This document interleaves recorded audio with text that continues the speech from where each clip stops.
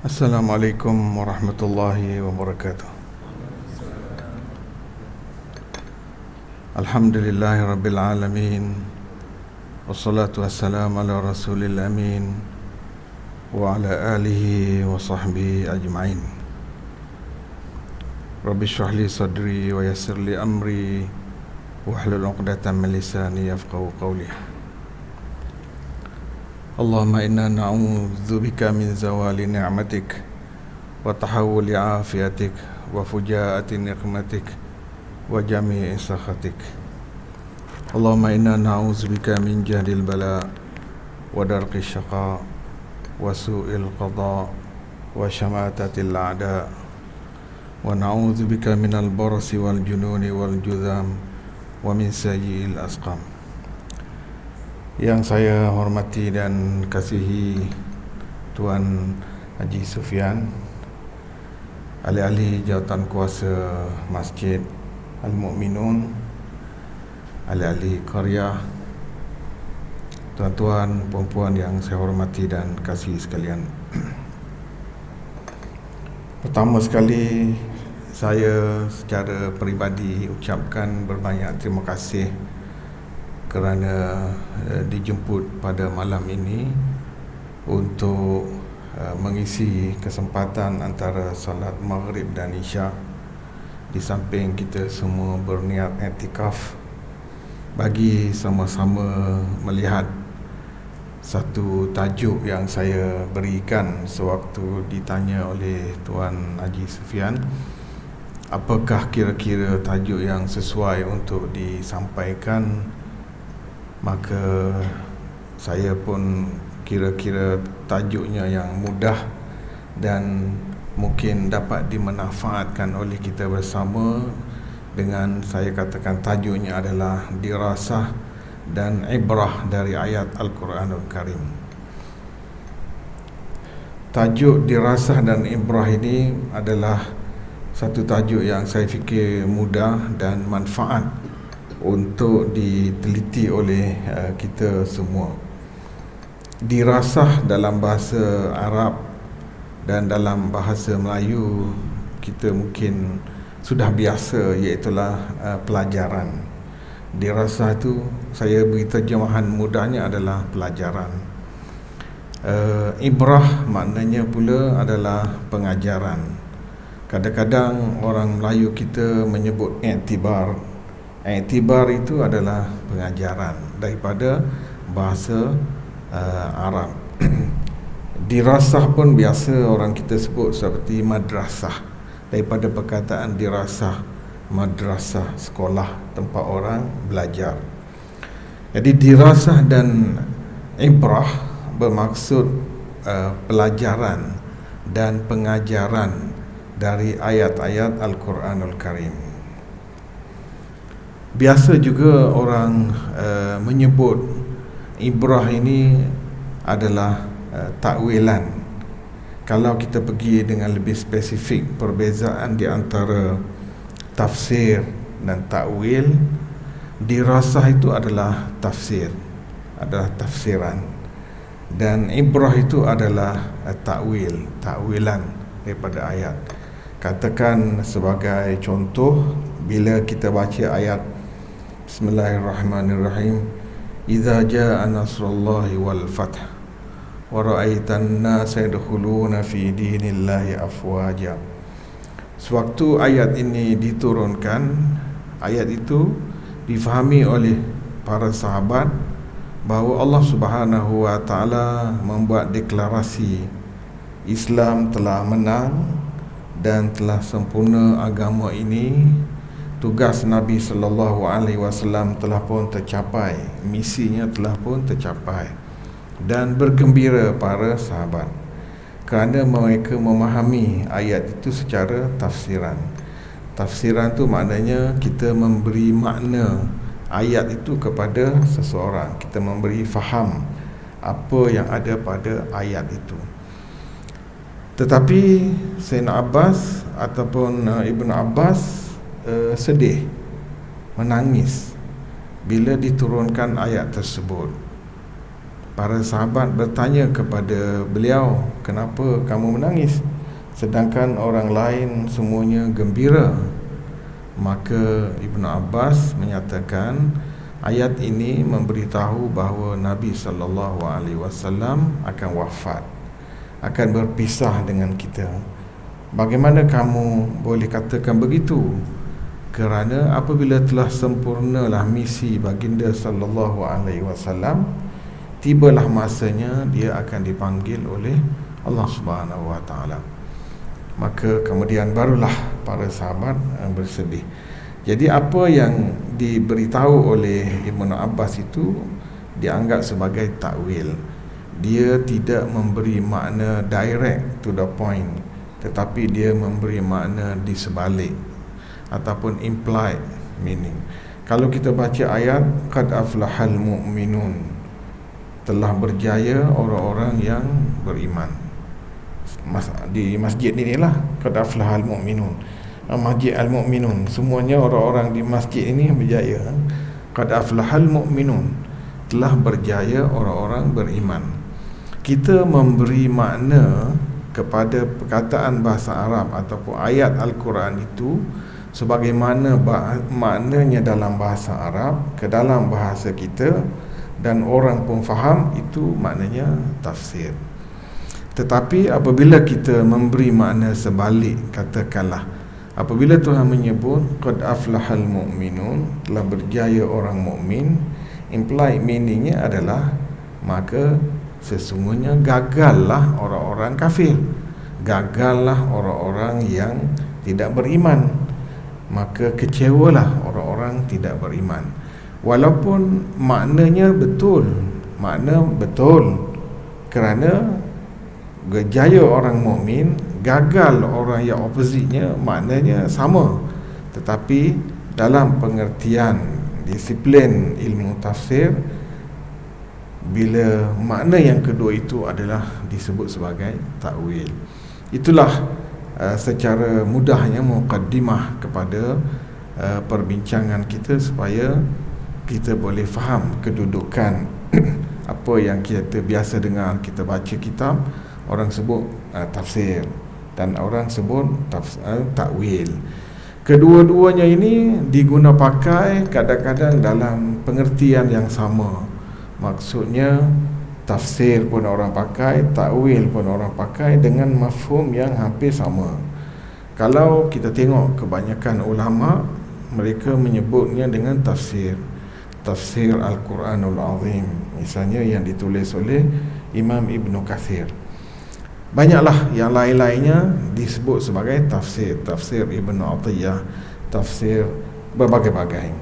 Tapi pada masa yang sama juga ada para ulama yang menggunakan perkataan takwil dengan pengertian tafsir, seperti Imam Ibn Jarir At-Tabari yang dianggap sebagai Syekhul Mufassirin, tuan guru ataupun maha guru kepada para masyayikh tafsir, menyebut nama kitabnya adalah bukan dengan tafsir, tapi Jami'ul Bayan an Ta'wil Ayil Quran. Dia menggunakan perkataan takwil, bukannya menyebut Jami'ul Bayan an Tafsir Ayil Quran. Jadi ada yang mengkhususkannya dan ada yang menjadikannya umum, dan ada yang mengambil pandangan mudah. Tafsir, takwil ini adalah lebih kurang sama saja maknanya. Tuan-tuan dan puan-puan yang saya hormati dan kasih sekalian, saya harap sedikit intro itu menjelaskan kepada perkara asas kita dalam kita mengikuti kelas yang berkaitan dengan pengajian Al-Quranul Karim. Apabila kita namakan dirasah dan ibrah, sebenarnya dirasah dan ibrah ini adalah juga menjadi maqasid ataupun menjadi objektif kepada Allah Subhanahu wa taala turunkan kitab suci Al-Quranul Karim. Allah Subhanahu wa taala menyebut dalam surah Sad, kitabun anzalnahu ilaika mubarakun liyadabbaru ayatihi wa liyatadhakkara ulul albab. Kitabun, kitab Al-Quran ini, anzalnahu ilaika mubarakun, aku telah turunkannya kepada kamu wahai Muhammad dengan penuh keberkatan. Liyadabbaru ayatihi wa liyatadhakkara ulul albab, supaya para kalangan ulul albab, para kalangan orang Islam, para pengikut umat Nabi sallallahu alaihi wasallam ini tadabbur, mengambil pelajaran daripada ayat-ayatnya. Wal yatadzakkara ulul albab, dan mengambil pengajaran daripada ayat-ayatnya. Jadi Allah Subhanahu wa taala menyebut di sini kepada kita tujuan dia turunkan Al-Quranul Karim adalah untuk dua perkara. Perkara pertama adalah tadabbur, dan perkara yang kedua adalah untuk ambil pelajaran. Dalam ayat yang kita baca tadi, kitabun anzalnahu ilaika mubarakun liyadabbaru, supaya mereka itu bertadabbur. Kemudian kata kerja yang kedua, waliyatadzakkar, supaya mereka mengambil pengajaran. Jadi tadabbur itu adalah pelajaran-pelajaran daripada ayat-ayat Al-Quranul Karim, dan tazakkur itu iaitulah mengambil pengajaran daripada ayat-ayat Al-Quranul Karim. Dalam bahasa tajuk kita artinya adalah ibrah, dirasah dan juga ibrah. Soalan yang kedua ialah bagaimana kita boleh mencapai, bagaimana kita boleh capai maksud yang Allah Subhanahu wa taala suruh kita bertadabbur dan juga supaya kita ambil pengajaran. Maka di sini para ulama membuat formula bagaimana kita boleh achieve, macam mana kita boleh capai matlamat Al-Quran diturunkan ini. Dua antara lain lah ya, banyak matlamat dia, tapi antara lainnya saya sebut dua kerana dalam konteks kuliah kita bagaimana boleh dicapai. Maka mereka membuat beberapa senarai. Salah satu saya petik ringkasan daripadanya. Dua perkara itu boleh dicapai melalui tiga perkara. Pertama adalah dengan mampu kita baca Al-Quran. Kita mesti boleh baca Al-Quran. Kita mesti berusaha untuk kita boleh baca Al-Quranul Karim. Kalau kita tidak boleh baca Al-Quranul Karim, maka syarat yang pertama itu tidak lepas. Maka tadabbur tak capai, ambil pengajaran pun tidak capai. Maksud tidak capai itu maknanya tidak capai mengikut skema lah. Mungkin capai dengan maksud yang lain, wallahu alam. Tapi mengikut skema yang betul tak akan capai, kerana kena dia boleh baca Al-Quranul Karim. Dan umat Islam ini saya berada di universiti membuat penyelidikan bersama dengan kawan-kawan. Ramai sebenarnya kita umat Islam ni yang tak boleh baca Quran. Ramai yang tidak boleh baca Quran. Sebab itu saya tidak bertembung, saya tidak khilaf, tidak berbalah, tidak mencari masalah dengan orang yang nak baca Quran nak baca Yasin malam Jumaat ke, nak buat tadarus ke, bagi saya kata okeylah, proceed lah. Kerana tahap untuk orang tu baca Quran tu masih berada di tahap minimum. Kalau kita asyik, maaf cakap lah, setengah kawan-kawan saya dan setengah tu pun murid-murid saya juga asyik menyatakan ini bid'ah, ini perkara bukan sunnah. Jadi kadang-kadang menjadikan jarak di antara kawan-kawan yang baru nak belajar, nak boleh baca Quran. Bila dah sampai level macam kita dah alim, itu makam yang kedua lah. Untuk awam nas, untuk orang umum ini, beri encouragement, galakkan kepada mereka. Boleh baca Quran, boleh baca Yasin, alhamdulillah. Boleh baca surah Kahfi, lagi bagus. Boleh khatam Quran, bagus. Kalau boleh hafaz Al-Quran, excellent, lagi bagus. Dan kalau boleh khatam sebagaimana Imam Syafi'i, imam-imam besar, berapa kali dalam satu hari, dalam satu minggu, lagi bagus. Jadi galakkan mereka, usahlah mencari masalah perbalahan kita sesama umat Islam. Belajar untuk kita mencari titik persamaan. Okey, saya dah pandai, saya dah boleh baca, maka saya pergilah pada next step. Yang tak boleh baca, encourage dia. Kerana setiap ayat Al-Quran itu ada ganjaran pahalanya yang berlipat ganda, yang bukannya alif lam itu adalah satu huruf, dan maknanya bukan tak ada nilai, semuanya itu ada nilai-nilainya yang tersendiri. Ni tak campur lagi mereka yang guna ayat Al-Quran sebagai azimat, sebagai tangkai, tangkat, sebagainya. Yang tu kita memang tidak setujulah. Tapi yang nak baca Quran, yang nak baca, yang nak tafhim, nak tadarus, itu bagi saya teruskanlah. Dan memang terutama sekali di kalangan para pelajar, saya ialah sebagaimana saya sebut, kita berada di universiti kita, universiti penyelidikan. Memang sebahagian daripada penyelidikan yang kita buat itulah contoh. Saya pun ada terlibat dengan NGO yang menggalakkan program membasmi buta huruf Al-Quran, dan saya pun selalu muncul sama ada di TV ataupun di media-media sosial, program Smart Learning Abah-Hatta, membolehkan orang boleh baca Quran dalam masa yang singkat. Tapi bila kita nak perkenalkan, bawa pergi ke sekolah, dia kata anak-anak saya dah belajar kafarah, anak-anak saya dah lepas. Padahal kita test mereka tu baca Quran, ayat-ayat lazim pun tak lepas. Kita nak buat pengajian online, dia kata anak-anak saya dah banyak sangat dah masa online, semua subjek online, dan tuition pun online. Bagi dia orang rehat sebagai satu contoh.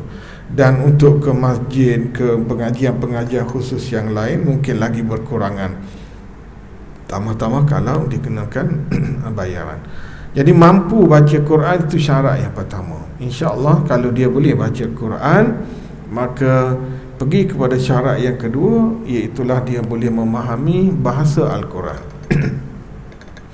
Bahasa Al-Quran ini sebenarnya, kalau kita perhati dan kalau kita baca, sebahagian daripada bahasa kalimah-kalimah Al-Quran itu telah pun ada dalam bahasa kita.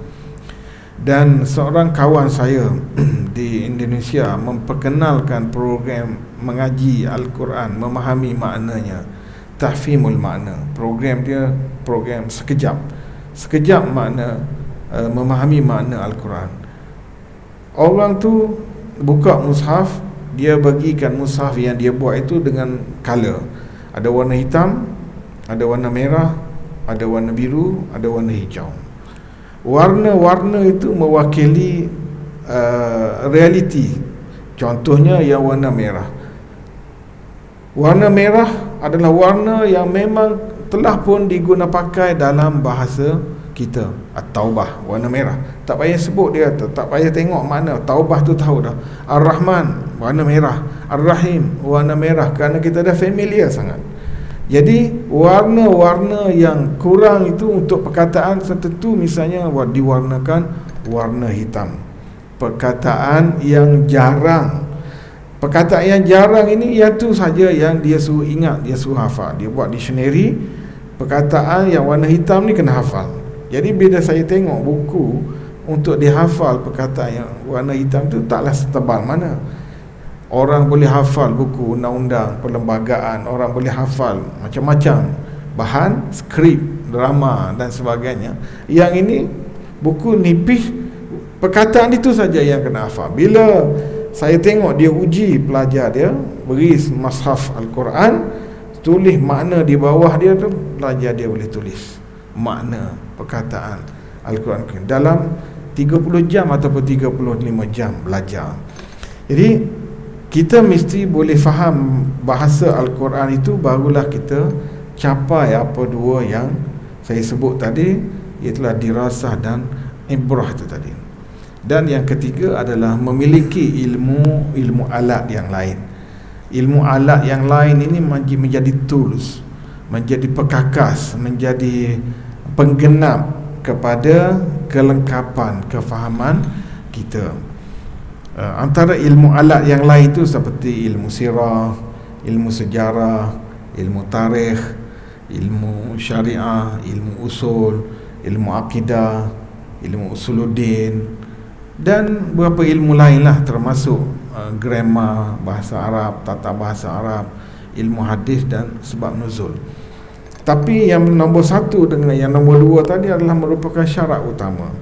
Yang nombor tiga tu adalah untuk seseorang itu telah pun mahir, maka dia menjadi penggenap untuk dirinya menguasai apa yang dimaksudkan oleh Allah Subhanahu wa taala daripada penurunan Al-Quranul Karim.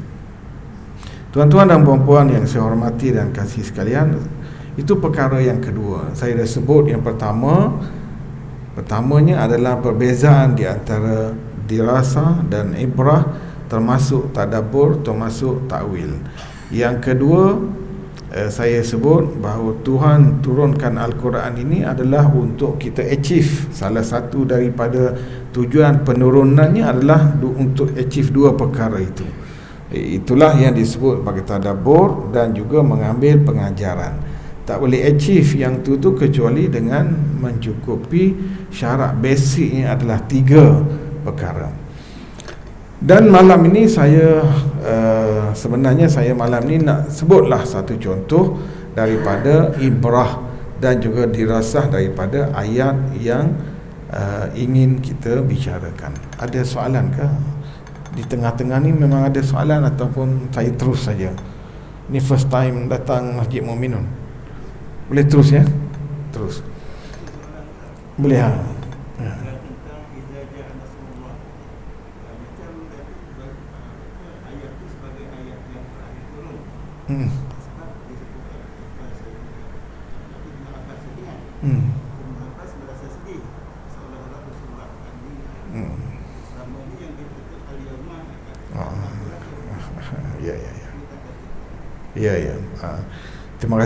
Terima kasihlah. Adakah ni pernah belajar mana-mana lah ni ya, soalan ni. Okey. Betul lah, soalan Abang Haji Hussein tu betul. Iaitulah saya menyebut iza ja'a nasrullah itu sebagai ayat terakhir ya. Bukan bermaksud saya itulah ayat benar-benar ayat yang terakhir ya. Ada lagi ayat yang terakhir yang seperti abang Haji baca tadi, al-yauma akmaltu lakum dinakum wa atmamtu alaikum ni'mati wa raditu lakumul Islam madina. Dan ada penyelidik yang lain mengatakan ada lagi selepas ayat itu ayat terakhir diturunkan dalam surah Al-Baqarah. Saya lupa ayat itu. Dikatakan sekitar beberapa hari selepas ayat itu turun maka Rasulullah wafat.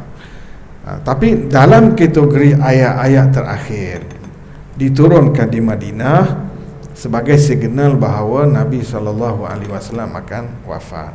Bukan itulah benar-benar ayat turun ayat itu mati, tidak. Tapi dalam kategori ayat-ayat akhir yang menjadi petanda bahawa Rasulullah akan berpisah. Jadi saya ambil cara mudahnya, maka antara ayat akhir diturunkan menunjukkan bahawa signal awal baginda sallallahu alaihi wasallam akan wafat. Tapi bukan makna itu ayat terakhir ya. Tapi masuk dalam kategori ayat-ayat yang diturunkan di peringkat akhir. Boleh Okey saya sebenarnya perkara ini telah pun dalam minggu lepas telah ada ulasan sedikit online berkenaan ayat ini, tapi sebab tak habis masanya terhad, maka saya sambung dekat sini lah, iaitu ayat dalam surah At-Taubah. Ayat dalam surah At-Taubah, A'udzubillahi minasyaitonirrajim, Bismillahirrahmanirrahim. Wa 'ala ats-tsalatsati alladziina khulifu hatta idza dhaqat 'alaihimul ardu bima rahubat wa dhaqat 'alaihim anfusuhum wa dhannu an la malja'a minallahi illa ilaihi thumma taba 'alaihim liyatubu innallaha huwat tawwabur rahim. Ya ayyuhalladzina amanu taqullaha wa kunu ma'as shadiqin. Sadaqallahul azim. Ini ayat dalam surah At-Taubah ayat 118 hingga ayat 119. Mudah terjemahannya adalah 3 orang ditangguhkan penerimaan taubat mereka sehingga bumi menjadi sempit buat mereka, padahal bumi ini adalah luas kerana mereka dipulaukan, dan hati mereka pula menjadi sempit kerana menanggung duka cita, serta mereka yakin bahawa tidak ada tempat untuk mereka lari dari kemurkaan Allah melainkan kembali bertaubat kepadanya. Kemudian Allah memberi taufik serta menerima taubat mereka supaya mereka kekal bertaubat. Sesungguhnya Allah dialah penerima taubat lagi Maha mengasihani. Wahai orang-orang yang beriman, bertakwalah kamu kepada Allah dan hendaklah kamu berada bersama-sama orang-orang yang benar. Okey. Itu ayat dalam surah At-Taubah. Surah At-Taubah ni adalah surah Madaniyah, surah yang diturunkan selepas hijrah baginda Rasulullah sallallahu alaihi wasallam ke kota Madinah. Kalau tuan-tuan baca ayat Al-Quran itu memang beza versi ayat Makkiyah dengan versi ayat Madaniyah. Ayat Madaniyah lazimnya ayat-ayatnya adalah panjang dan ayat-ayatnya penuh dengan pensyariatan. Adapun ayat-ayat Makkiyah lazimnya pendek dan penuh dengan keindahan bahasa yang disebut sebagai balaghatul Quran ataupun ijaz Al-Quran. Apakah dirasah daripada ayat ini? Ayat yang saya baca ni tadi, Tuhan sebut bahawa 3 orang telah ditangguhkan taubat mereka. Bila ditangguhkan taubat mereka, jiwa mereka menjadi sempit. Mereka merasa dunia yang luas ini sempit bagi mereka. Mereka ini diuji, tetapi mereka tetap istiqamah dan mereka tidak berpaling ataupun membalas balik ujian tersebut dengan sikap negatif yang lain. Lalu Allah selepas diuji mereka itu, lalu mereka diterima taubatnya oleh Allah Subhanahu Wa Taala. Itu summary.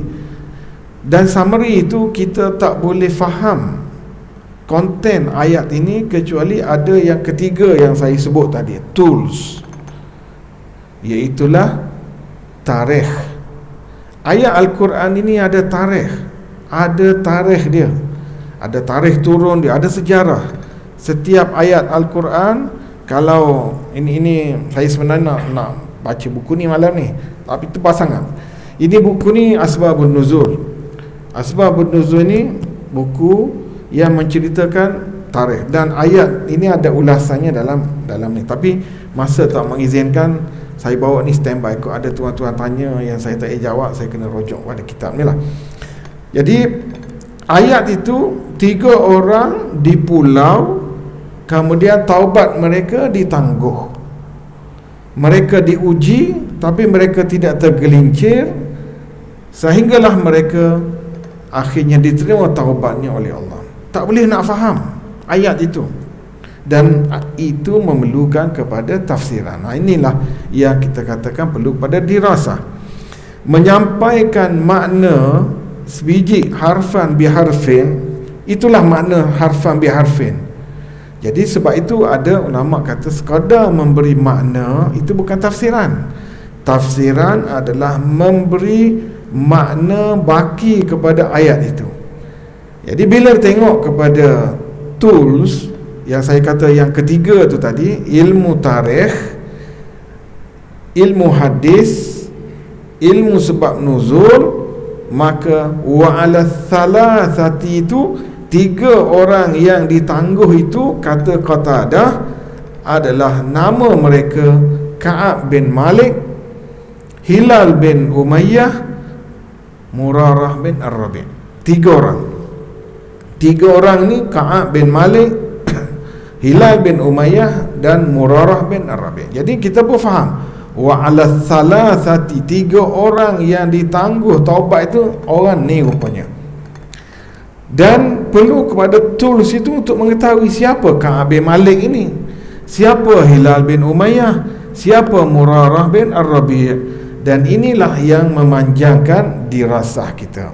Secara ringkasnya, tiga orang ini adalah merupakan sahabat Nabi yang terpilih, sahabat Nabi yang istiqamah, tetapi mereka itu terlepas mengikuti Nabi, join Nabi dalam peperangan, iaitulah peperangan Tabuk. Jadi kita boleh tahu mereka missing dalam peperangan Tabuk itu dari mana? Dari hadis yang menyebutkan tiga orang sahabat ini ditangguhkan taubat mereka oleh Allah kerana mereka tidak pergi peperangan Tabuk.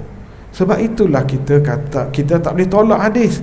Tak boleh kita kata saya beriman dengan Quran, saya tidak beriman dengan hadis. Tak boleh, kerana memang hadis akan melengkapkan story di sebalik dalam kisah tadi.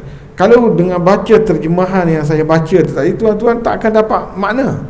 Dapatlah maksudnya tiga orang ditangguh taubat, lalu tersempit hati diri mereka kerana bumi luas ni rasa sempit kerana mereka tidak diterima taubat. Tak boleh nak faham.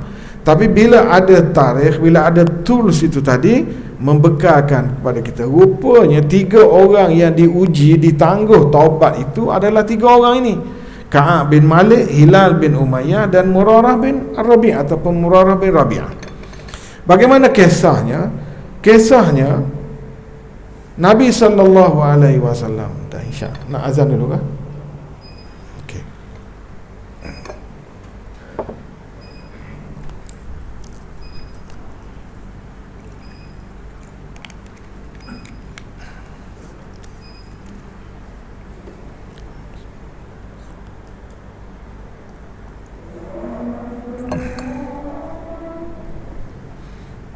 Allah Akbar, Allah Akbar.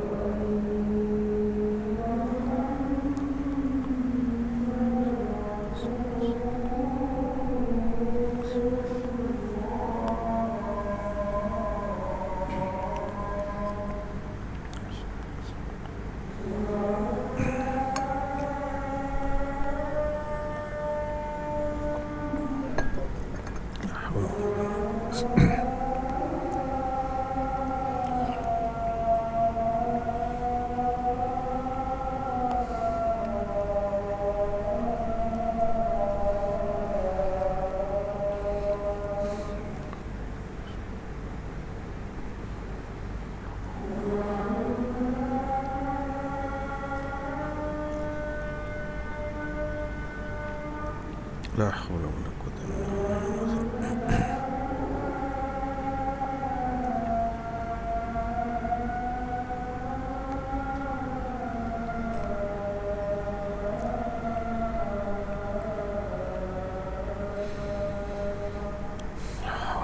quwwata illa billah.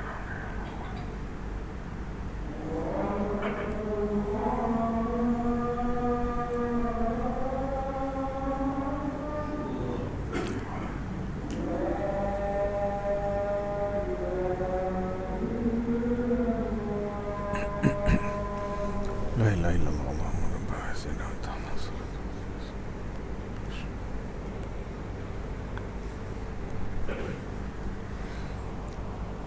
Tuan-tuan boleh izinkan saya sehingga berapa lama lagi? 20 minit? Boleh? Ya? Okey. Jadi lazimnya Rasulullah sallallahu alaihi wasallam tak beritahu kalau nak pergi perang. Kan itu strategi. Tapi untuk perang Tabuk ni Rasulullah beritahu. Rasulullah beritahu bahawa kita akan menghadapi bala tentera musuh, kita akan keluar ke medan Tabuk.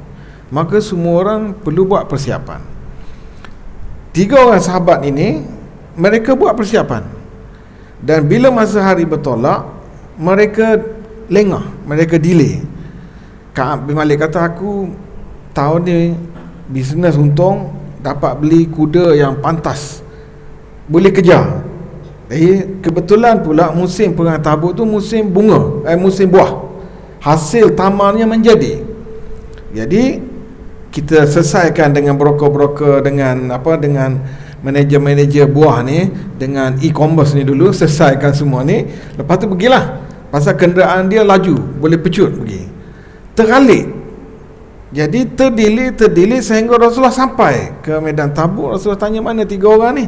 Rasulullah ni kebijaksanaan Rasulullah, dia aware mana sahabat-sahabat dia ni, maknanya hubungan dia ni pemimpin dengan rakyat, dengan masyarakat very close. Tidaklah tak ambil kisah, ikutlah nak jadi apa pun. Tak, dia tanya mana 3 orang tak ada ni. Padahal daripada ratusan sahabat dia tu, dia tanya mana 3 orang. Jadi biasalah para sahabat ni, dalam riwayat ni ada yang jenis mulut celupar. Tak ada tu, sibuk main dengan bini dia lah. Ini sibuk lah ni, budak-budak apa ni, musim buah ni. Lalu ni mutasakitun lah. Tak, ini gugur dah semua ni, buang senarai lah, tak buang apa, tak masuk list lah. Jadi ini manusia, begitulah keadaannya. Dan kita kawan-kawan kita punya, ada jenis kawan makan kawan, ada jenis kawan yang tolong bela dan sebagainya. Jadi disebut dalam hadis yang panjang berkenaan dengan perkara itu. Saya tinggalkan yang itu. Jadi Rasulullah kata, jaga mulut, mungkin mereka ada keuzuran.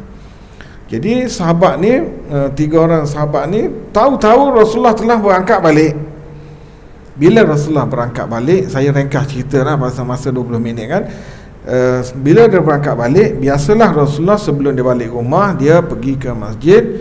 Masuklah lebih kurang, saya tak ingat jumlahnya, 60 orang ke 80 orang, orang-orang munafik yang masuk pergi jumpa, ya Rasulullah, minta maaf saya absent itu hari kerana anak sakit perut, tolonglah ampun. Begitulah lebih kurang. Tak adalah ayat sakit perut tu saya yang buat, tambah story bagi dia manis sikit.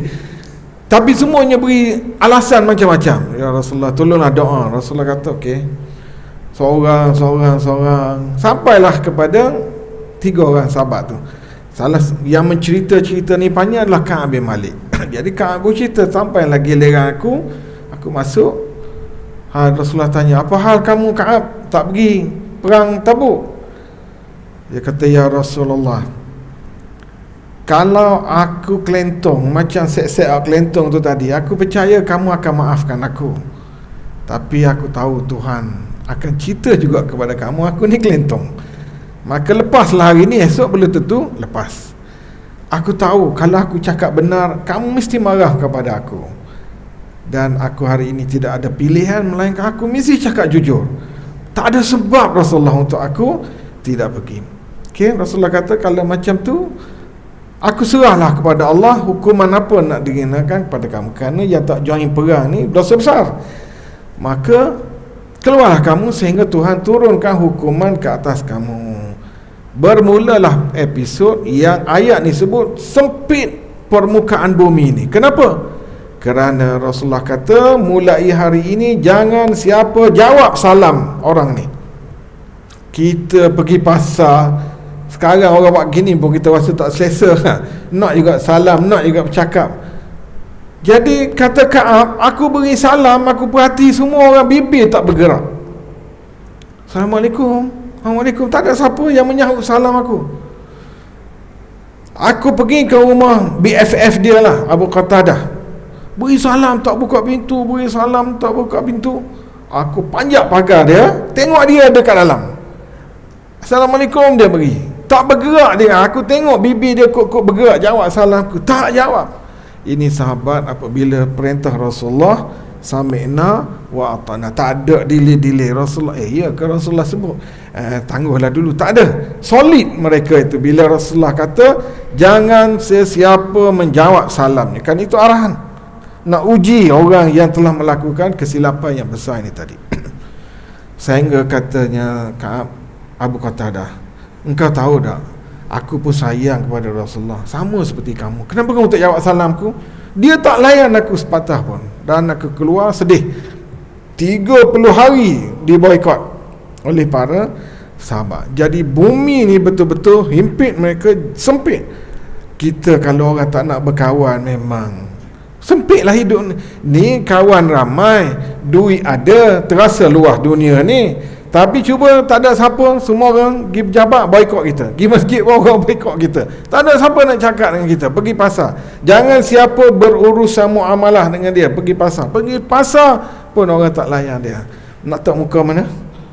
Dunia ni memang sebut. Itulah yang Tuhan sebut, wa daqat alaihim anfusuhum daqat alaihimul ard. Jiwa pun jadi sempit, permukaan bumi pun sempit, bumi yang luas ni sempit kerana mereka dibunuh. 30 hari dalam keadaan begitu. Masuk hari yang ke-40, Rasulullah perintah kepada isteri mereka, kepada Ka'ab dan kawan-kawan dia, jangan bergaul dengan isteri kamu.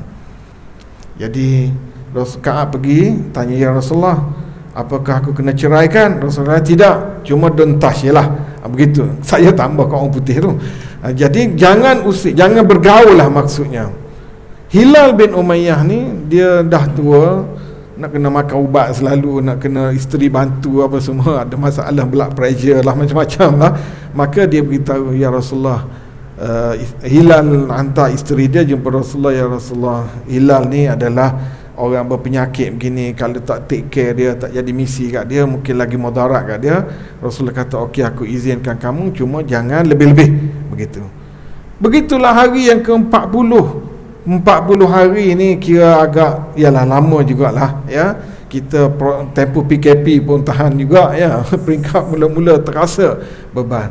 Begitulah kisahnya sehinggalah hari yang ke-50 barulah Allah Subhanahu Wa Taala terima taubat mereka. Dalam tempoh tu Ka'ab bin Malik kata, aku terima berbagai-bagai jemputan untuk memurtadkan dia.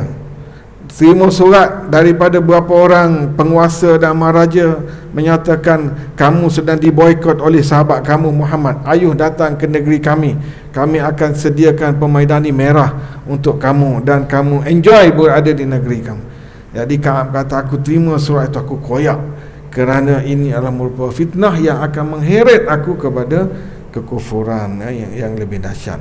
Jadi tuan-tuan boleh tengok kisah tu, tafsiran ayat ini lebih panjang dalam mana-mana buku tafsir ataupun mana-mana ulasan lah kalau nak tengok sebab nuzul. Yang ni kebetulan saya buat dalam bahasa Melayu, tapi masih ada di pasaran pun kitab-kitab yang menyebut sebab nuzul ini. Okey, apakah ibrah? 10 minit baki ni, apakah ibrahnya? Itu adalah dirasah daripada ayat itu. Secara ringkas saya sebut, di mana tuan-tuan bila dengan keterangan dirasah ni tadi boleh faham, oh rupanya ayat ini dalam surah Taubah diturunkan kepada 3 orang sahabat yang terlepas pergi peperangan Tabuk. Perang Tabuk itu berlaku di musim mencabar, iaitu musim hasil kutipan tanaman begitu melonjak tinggi, maka sikap lengah mereka itu telah menyebabkan mereka terlepas, lalu mereka diuji. Itulah lebih kurangnya sinopsis kepada dirasah daripada ayat itu. Okey, apakah ibrah yang kita nak ambil daripada ayat ini? Antara ibrahnya yang Allah Subhanahu Wa Taala sebut, yang kita dapat faham daripada ayat yang Allah Subhanahu Wa Taala kemukakan kepada kita ini, Ka'ab ini, bila saya sebut yang akhir sekali dulu, bila dia dengar berita bahawa Allah Subhanahu Wa Taala telah ampun dan terima taubatnya, dia pergi jumpa ya Rasulullah. Wahai Rasulullah, kerana harta aku ini telah menyebabkan aku lalai daripada mengikut perintah kamu ya Rasulullah, maka aku sedekahkan semua harta aku ini ke jalan kamu, ke jalan Allah Subhanahu Wa Taala. Tapi Rasulullah ni, ialah memang betul lah kita disuruh untuk bersedekah, berbelanja pada jalan Allah. Rasulullah kata, wahai Ka'ab, reserve, simpan juga untuk masa depan kamu, untuk anak isteri kamu, untuk family kamu dan sebagainya. Maknanya apa? Orang bila dia dah climax happy kan, tak ada perkataan yang dia boleh gambarkan, dia diterima taubat oleh Allah Subhanahu Wa Taala, maka kegembiraannya itu tidak terlafaz kecuali dia kata, ya Rasulullah, ambillah semua harta aku asalkan aku selamat daripada api neraka. Kerana hidup ni tak ada makna kalau tidak terselamat daripada api neraka. Tapi Rasulullah tidak manipulit keadaan itu, tetapi Rasulullah beritahu kepada dia reserve, simpan untuk masa depan dan sebagainya. Pengajaran ataupun ibrahnya di sini antara pemimpin dan juga rakyat, iaitulah jangan ada sikap suka manipulit ataupun ambil kesempatan. Sepatutnya orang molek lah ni, orang nak bagi semua harta dia, ambil belaka lah, kita gunalah untuk apa-apa. Pertama. Yang kedua, ibrahnya juga daripada sini, sikap delay dan lengah ini lazimnya membawa kerugian, lazimnya membawa kepada kepayahan dan kesusahan. Kerana sikap delay, suka bertangguh, berlengah ini adalah sebahagian daripada sikap yang dicucuk oleh syaitan. Ka'ab bin Malik atas dasar dia rasa dia yakin, dia confident, dia punya kenderaan yang hebat, boleh kejar itu tadi, tak apalah, dia tak masuk dalam grup pun, dia isolate daripada grup yang lain, tak apa, kerana dia boleh kejar. Tapi api bisikan syaitan itu tajam, akhirnya dia terlepas juga, kerana mula-mula tangguh sikit. Jadi yang kedua, perbuatan ataupun sikap bertangguh ini adalah sikap yang memudaratkan. Jadi kalau kita faham ilmu hari ini, kita tahu pengajaran hari ini, kita tahu kelebihan yang ada pada suatu amalan hari ini, kita tak payah tunggu buat esok lah, tunggu lusa lah, tak ada, terus untuk dilaksanakan. Yang ketiga, kelebihan orang yang bercakap jujur. Ayat ini mengajar kepada kita kelebihan bercakap jujur. Kumpulan 80, kalau tak silap saya 80 orang itu diberitahu oleh Rasulullah sallallahu alaihi wasallam, walaupun aku minta ampun kepada mereka, aku minta ampun kepada Allah untuk mereka ni 80 orang lebih, tapi Tuhan tidak ampun, dan malah Tuhan mengkategorikan mereka itu dalam kalangan orang-orang munafik kerana bohong, kerana kaki kelentong.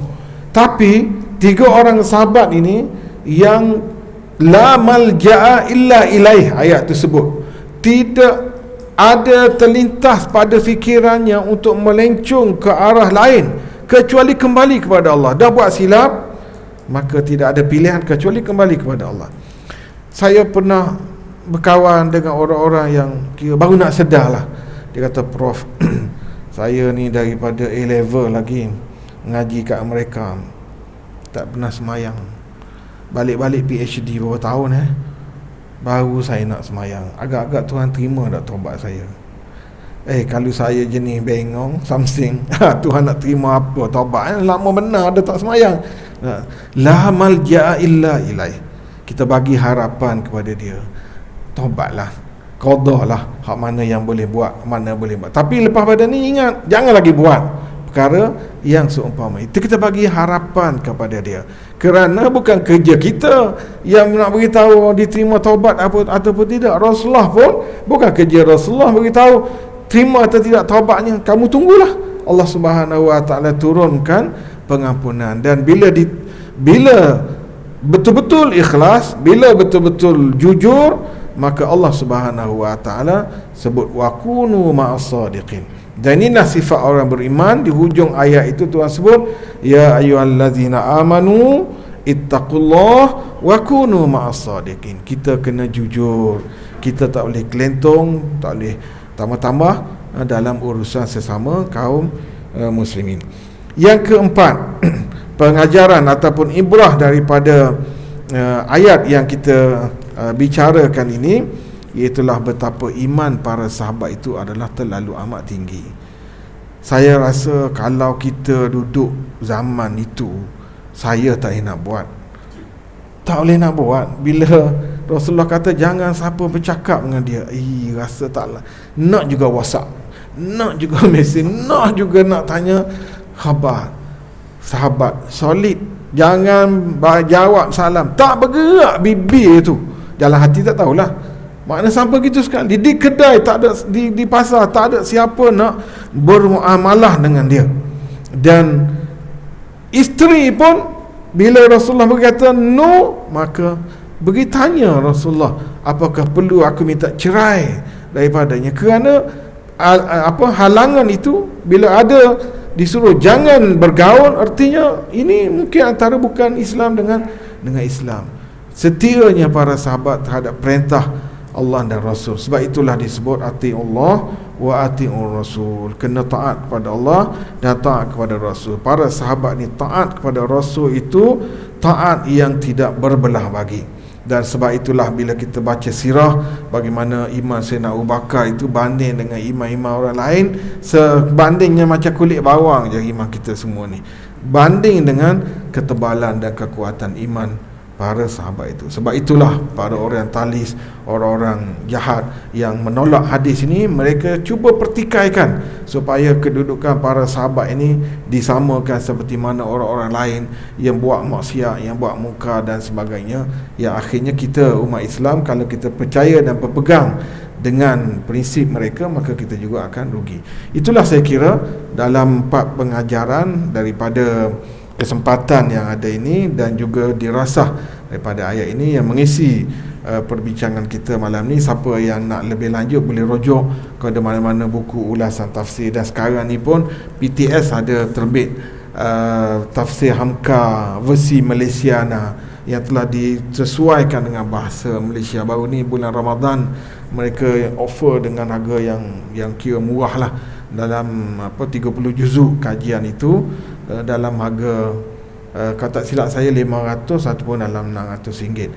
Bagi sesiapa yang berkemampuan, saya syorkan supaya kita dapat berkongsi, membaca, melihat dan mempelajari apa yang lebih lanjut daripada kitab Allah Subhanahu Wa Taala ini.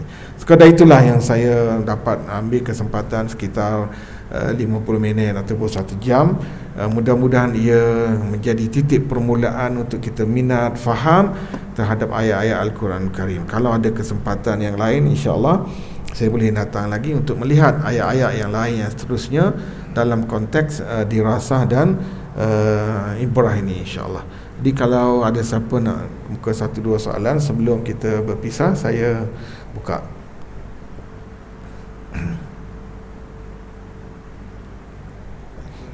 Ada satu lagi soalan. Ya, sila. Apa?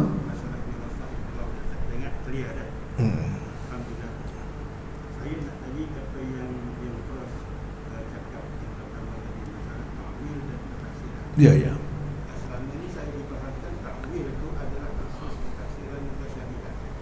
Untuk khusus mutasyabihat. Okey, terima kasih. Ini soalan aras tinggi ni. Patut tanya saya kat luar aja. Okey, begini. Saya dah sebut tadi kan, ada secara pukul rata mereka tidak membezakan di antara apa itu takwil dan apa itu tafsir. Tapi ada yang lebih spesifik khusus membuat layer yang kedua, iaitulah tafsir menyampaikan makna ayat kepada pendengar. Takwil adalah memberi makna sebalik kepada ayat itu tadi. Okey. Ada kumpulan yang lagi detail perbincangannya, iaitulah ayat-ayat biasa muhkam itu adalah ulasan-ulasan itu disebut sebagai tafsir. Adapun ayat mutasyabihat adalah wama ya'lamu ta'wilahu illallah, tidak mengetahui hakikat sebenar maknanya kecuali Allah. Jadi mereka menyebut takwil iaitulah memberi, contoh gini, ayat mutasyabihat ni seperti yadullah fawqa aydihim, tangan Allah atas tangan mereka, Tuhan bersemayam di atas arasy. Macam mana nak cerita tu? Ya, jadi wama ya'lamu ta'wilahu illallah, tak boleh nak cerita tangan Allah atas tangan mereka, Tuhan bersemayam di atas arasy, hanya Allah Subhanahu wa taala yang Maha tahu. Jadi perkataan takwil di situ digunakan untuk menunjukkan bahawa go for deeper tu tidak diketahui kecuali Allah Subhanahu wa taala sendiri. Jadi ada 3 layer lah sebenarnya perbincangan itu. Dan ayat mutasyabihat itu ada 2. Satu mutasyabihat al-lafzi, iaitulah yang bersama, yang hampir sama, yang mengelirukan para penghafaz Al-Quran. Ada yang mutasyabihat itu adalah yang memang akal tidak boleh berfikir untuk mentafsirkannya. Jadi yang Tuan Abang Haji tanya tadi itu adalah kategori yang kedua itu, ya. Okey, saya fikir sekadar itu untuk malam ini. Apa yang baik itu insya-Allah datang daripada Allah Subhanahu wa taala. Kekurangan, kelemahan saya sendiri, saya mohon ampun dan maaf. Mudah-mudahan Allah Subhanahu wa taala memberi kita kebaikan dunia dan akhirat insya-Allah. Aqul qauli hadza wa astaghfirullah.